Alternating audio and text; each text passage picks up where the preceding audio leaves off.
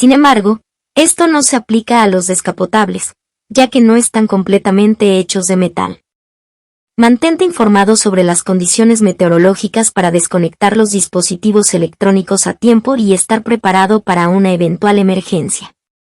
Los CDC sugieren seguir la regla del 30-30, esperar 30 minutos después del último trueno antes de volver a salir al exterior, como una medida preventiva de seguridad.